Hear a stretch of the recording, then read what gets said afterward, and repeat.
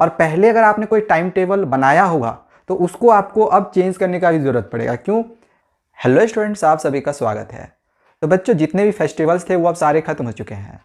अब नवंबर से लेकर आप लोग को फरवरी तक किस तरह से एग्जामिनेशंस की तैयारी करनी है, तो आज की इस वीडियो में सारी चीज़ें आप लोगों को बताने जा रहा हूँ। वीडियो आप लोग के लिए बहुत ही ज़्यादा यूज़फुल होगा, इसलिए वीडियो को पूरा शुरू से लास्ट तक देखना, स्किप मत करना, ठीक है। बहुत सारी इंपॉर्टेंट चीज़ें आप लोग को इसमें बताने जा रहा हूँ। देखो, ये नवंबर और दिसंबर, ये 2 महीना आप लोग की स्कूल रहेंगी, जिसमें देखा जाए तो दिसंबर के महीने में प्री बोर्ड एग्जामिनेशंस होता है। तो पहले तो मैं आप लोग को ये बताऊंगा कि प्री बोर्ड के जो क्वेश्चंस होते हैं वो कैसे रहते हैं और वे क्वेश्चंस कहाँ से बनते हैं। पहले इसके बारे में आप लोग को सारी इन्फॉर्मेशन दे दूंगा, फिर आप लोग को बताऊंगा कि आप लोग को बोर्ड की एग्जामिनेशंस की तैयारी कैसे करनी है, ठीक है। तो अगर हम सबसे पहले बात कर ले कि प्री बोर्ड एग्जामिनेशंस, जो प्री बोर्ड की परीक्षा है, देखो मोस्टली 90% स्कूल का अगर हम बात करें तो 90% स्कूलों में प्री बोर्ड के जो क्वेश्चन पेपर बनते हैं वो सीबीएसई के सैम्पल पेपर से बनते हैं, ठीक है। 90% क्वेश्चंस, और 90% देखा जाए तो स्कूल्स में भी ऐसा ही होता है। अब कुछ कुछ स्कूल्स ऐसे होते हैं जहाँ पे वो अपनी मर्जी से क्वेश्चन को देते हैं, कुछ भी वो डाल देते हैं, लेकिन ज़्यादातर स्कूलों में ऐसा देखा जाता है कि सीबीएसई ने जो इस बार आई थिंक 16 सितंबर को जो सैम्पल पेपर सीबीएसई ने निकाली हुई ऑफिशियली, तो वो का सैम्पल पेपर से या तो पूरा का पूरा ही किसी किसी स्कूल में दे देता है, या तो फिर उसमें से ज़्यादातर जो क्वेश्चंस होगा वो आपके क्वेश्चन पेपर में रहेगा।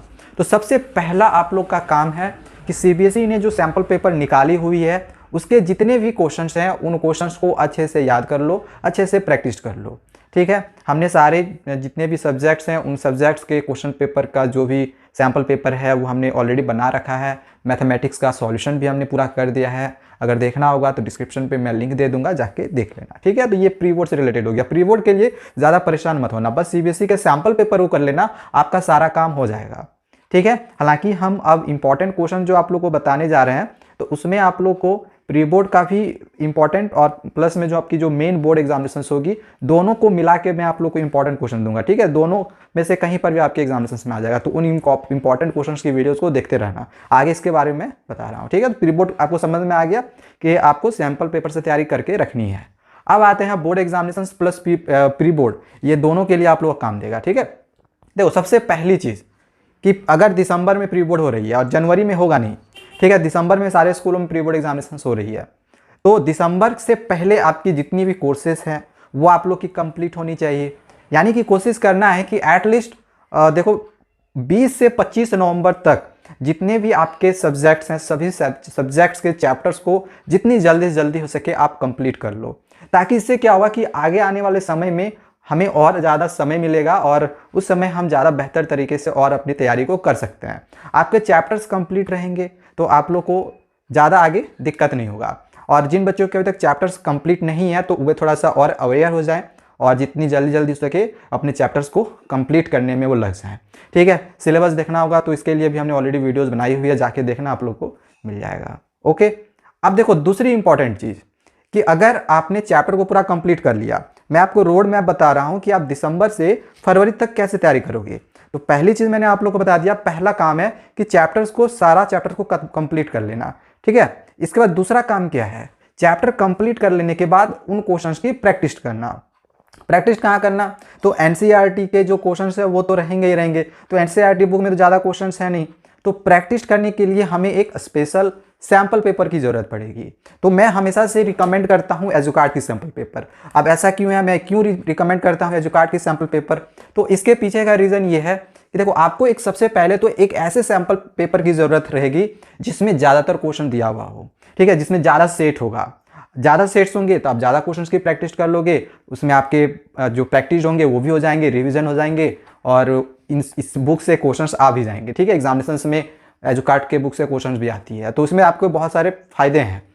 और आप कोई भी दूसरा सैम्पल पेपर उठा के देख लो, मार्केट से कोई भी आप सैम्पल पेपर उठा के देख लो, आपको इसमें 10+ आप लोगों को सैम्पल सेट मिलेंगे। और एक आपका दिया गया है सीबीएसई का सैम्पल पेपर, जो कि मैंने शुरू में बात किया, सीबीएसई के सैम्पल पेपर जो कि 16 सितंबर को निकाली गई थी, तो उसका भी सॉल्यूशन प्लस सैम्पल पेपर पूरा दिया गया है एक्सप्लेनेशंस के साथ।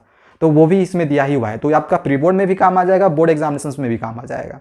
ठीक है, तो पहले क्या करो कि इस सैम्पल पेपर से आपके जितने भी क्वेश्चंस हैं उन क्वेश्चंस की प्रैक्टिस करना अभी से शुरू कर दो। नहीं खरीदा होगा तो डिस्क्रिप्शन पे मैं बाय लिंक दे रहा हूँ, आप जाके बाय कर सकते हो। ठीक है, इसमें बहुत सारे सेट्स हैं, उन सभी सेट्स को बनाओ, उनके क्वेश्चंस की प्रैक्टिस कर लो। ये आप लोगों के लिए बहुत ही ज़्यादा जरूरी है कि क्वेश्चंस की प्रैक्टिस करना। ये पहला काम है चैप्टर कंप्लीट करना, चैप्टर कंप्लीट कर दियो हो, इस क्वेश्चंस को बनाते जाओ। ठीक है, ये दो चीज़ आप सबसे पहले याद रखो। इसका मैं डिस्क्रिप्शन पे बाय लिंक दे दे रहा हूँ, आप चाहो तो बाय कर सकते हो। आते हैं तीसरे टिप्स पर। तीसरा टिप्स है, अभी से मैं आप लोग को जितने भी इंपॉर्टेंट क्वेश्चंस करवाऊंगा, ठीक है, मैं हर दिन अब इंपॉर्टेंट क्वेश्चंस की एक सीरीज आप लोग के लिए लेके आ रहा हूँ। हालांकि हमने ये सीरीज जो है पहले ही स्टार्ट कर दी थी, लेकिन बीच में फेस्टिवल्स आ गए, पहले दुर्गा पूजा आ गया, फिर इधर दीपावली, छठ, तो इसके वजह से मुझे जो सीरीज़ थी सुपर सीरीज़, उसको बीच में स्टॉप करना पड़ गया था। तो वो जो एक सुपर सीरीज़ थी उसको हम फिर से स्टार्ट कर रहे हैं, यानी कि जो हमारे एग्जामिनेशंस में क्वेश्चंस आएंगे तो उन क्वेश्चंस को हम जो भी इंपॉर्टेंट क्वेश्चंस हैं उसकी वीडियोज आप लोग को तैयार करके देंगे। जिसका हमने मैथमेटिक्स से स्टार्ट किया था, रियल नंबर का एक वीडियो हमने ऑलरेडी बनाया हुआ है, आपको वीडियो लाइब्रेरी में मिल जाएगा, जाके देख सकते हो। ठीक है, तो आज से ही कोशिश करूंगा कि आज से मैं आप लोग का जो भी इंपॉर्टेंट क्वेश्चन की जो सीरीज़ है वो स्टार्ट कर लूँ। तो तीसरा टिप्स है कि जितने भी इंपॉर्टेंट क्वेश्चन आप लोग को मैं करवा रहा हूं या फिर आपको दूसरे जगह पर भी अगर कहीं से मिलता है तो इंपॉर्टेंट क्वेश्चंस को आप एक बार साइड में जरूर रखें।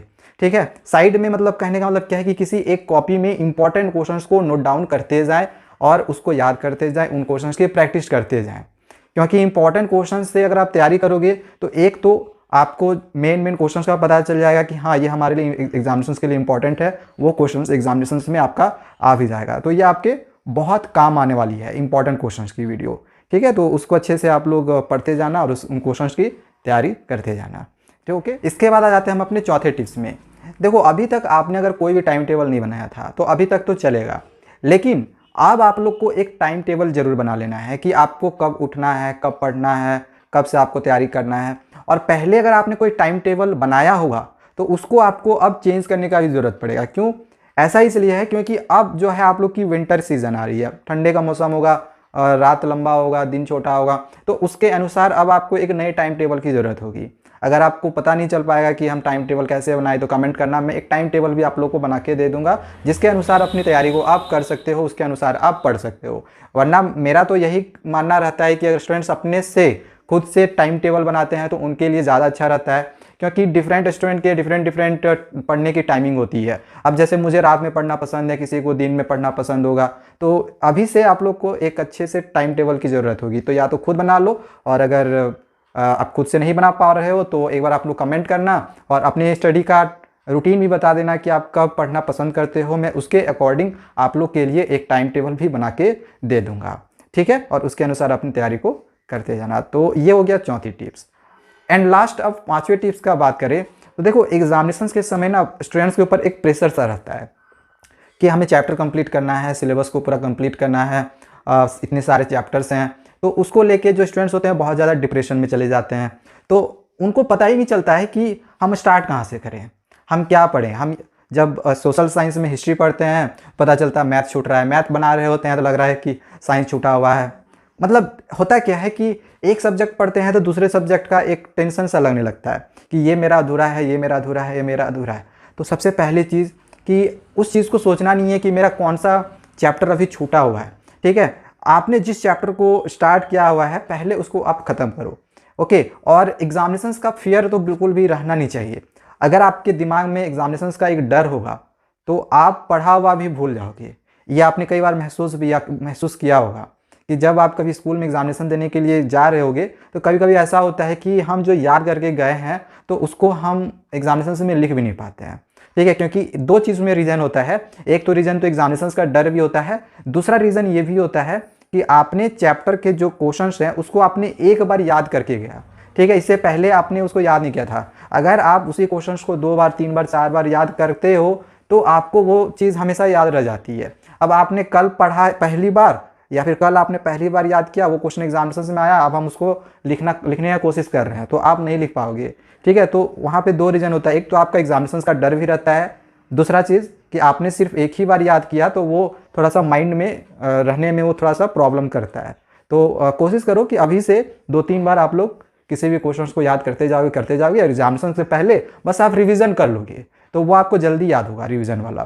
ठीक है, तो आई थिंक आपको समझ में आ गया होगा कि अभी से हमें फरवरी तक अपने एग्जामिनेशन की तैयारी किस तरह से करनी है। सो आज के लिए बच्चों इतना ही। आगे से मैं जो इंपॉर्टेंट क्वेश्चन करवाऊंगा उसको बस तैयारी आप लोग करते जाना। मिलते हैं और दूसरे वीडियोज़ में, चैनल को सब्सक्राइब करके रखना। Thank you, bye bye.